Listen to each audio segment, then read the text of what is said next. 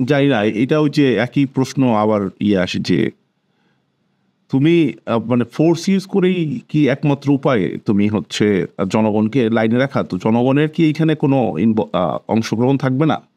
জনগণ কি নিজেদের পরিবর্তন একটা চেষ্টা এখন করবে? জনগণ পার্টিসিপেট করলে এটাতে কি হয় হিস্টোরিক্যালি?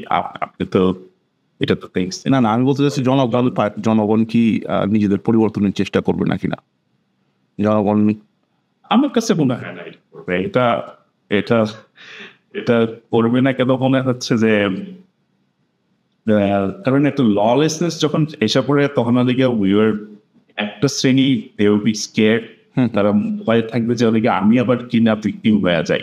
আরেকটা শ্রেণী হবে যে this is chance for us to take advantage, বুঝছেন? এই যে এখন যে বলতেছে যে এই লোক হাজী সেলিমের ছিল, ওই লোক ওদিকে আওয়ামী লীগের ছিল, এখন তারা পাওয়ারে, এখন তারা এই দলের সাথে কাজ করে, ওই দলের সাথে কাজ করে। And they saw some powerful gap basically হইছে and they took the opportunity and made a comeback. হ্যাঁ তো আমি তো মনে হয় না there is something in between এই দুইটার মাঝে যে জনগণের যে একটা কনসিয়াসনেস ক্রিয়েট হবে, this is not gonna happen, এটা হবে না।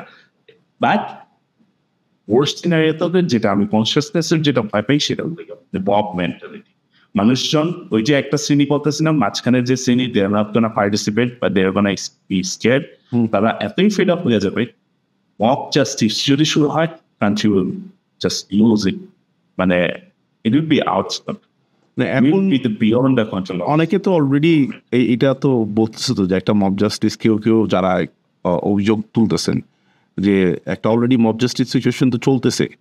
আমরা মুরাদনগরের ওই ধর্ষণের ঘটনা দেখলাম, আমরা মুরাদনগরের একটা পরিবারের সেই কুমিল্লার মুরাদনগরে এরপরে একটা পরিবারকে ওই ধর্ষণের তো ফার্স্টে কি হয়েছে, কে আওয়ামী লীগের ছিল, কে বিএনপিতে ছিল, হ্যাঁ, এবং কে করছে, মানে কে পরকিয়া করতেছে, এরকম বিভিন্ন ধরনের সেপারেট ইনফরমেশন দিয়ে একটা কনফিউজিং সিচুয়েশন তৈরি করা হয়েছিল। হ্যাঁ, তো তারপরে হচ্ছে আমরা মুরাদনগরের আরেকটা বিশাল খুনের ঘটনা দেখলাম।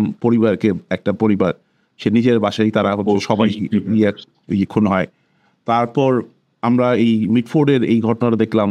এরপরে খুলনাতে একটা খুনের ঘটনা ঘটছে ওই একই দিনে, এবং একটা মসজিদের ইমাম উনি একটা কথা বলাতে বা উনি কিছু ওনার নামে অন্য আরেকজন একটা অভিযোগ করে তাকে আহত করেছেন মেরে। তারপরে খুনের সংখ্যাও বাড়তেছে, ধর্ষণের সংখ্যাও বাড়তেছে। এইটা কতদিন চলবে, বা এটা কি আসলে একটা নিউ নর্মাল হয়ে যাচ্ছে কিনা? আমরা কি আস্তে আস্তে কন্ট্রোলটা, তুমি যে ভয়টা পাচ্ছ আর কি, সেই কন্ট্রোলটা অলরেডি আমরা হারায় ফেলতেছি কিনা? এটা আমরা এটা দেখছি যে যেসব গ্রামে ডাকাত পড়তো, এরকম যে অনেকগুলো কাহিনী হয়েছে, স্টুডেন্টরা ঘুরতে গেছে তাদের গ্রামে, আর অনেক স্টুডেন্ট কিন্তু মারাও হচ্ছে, অনেক স্টুডেন্টরা মারা গেছে তারা ঘুরতে গেছে। পার্সোনালি আমি একজনকে চিনতাম যে উনি ছিলেন ডাক্তার, তারা ওদিকে লোক আপ গিয়েছিল এক জায়গায়। তো ফর সাম রিজন ওই গ্রামে তাদেরকে দেখে, হ্যাঁ মিস্টেকেনলি তাদেরকে দেখে মসজিদে বলা হয়েছিল যে ডাকাত আসতেছে, তাদেরকে নৌকাতে থাকা অবস্থায় তারা কিন্তু doctor medical student, so like nerds or something, তারা সাঁতার জানার পথ না, তাদেরকে ওইভাবে কিন্তু অ্যাটাক করা হয়েছে, and they almost died. তাদেরকে বেঁধে ধরে যখন নিয়ে আসছে, one of the people remember one of the faces যে এ তো ডাক্তার, এককালে গ্রামে আসছিল, then they got saved.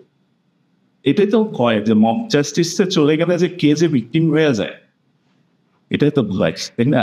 আপনি কখনোই এটা মানে ভিজিলেন্ট মানে সুপারম্যান দিয়ে দেশ চালানো বা মব দিয়ে দেশ চালানো, এটা is not the right way to do it. It's not right way to do it. এই দিকে যদি চান তাহলে দেখে বুঝে নিতে হবে the government is losing its grip on society.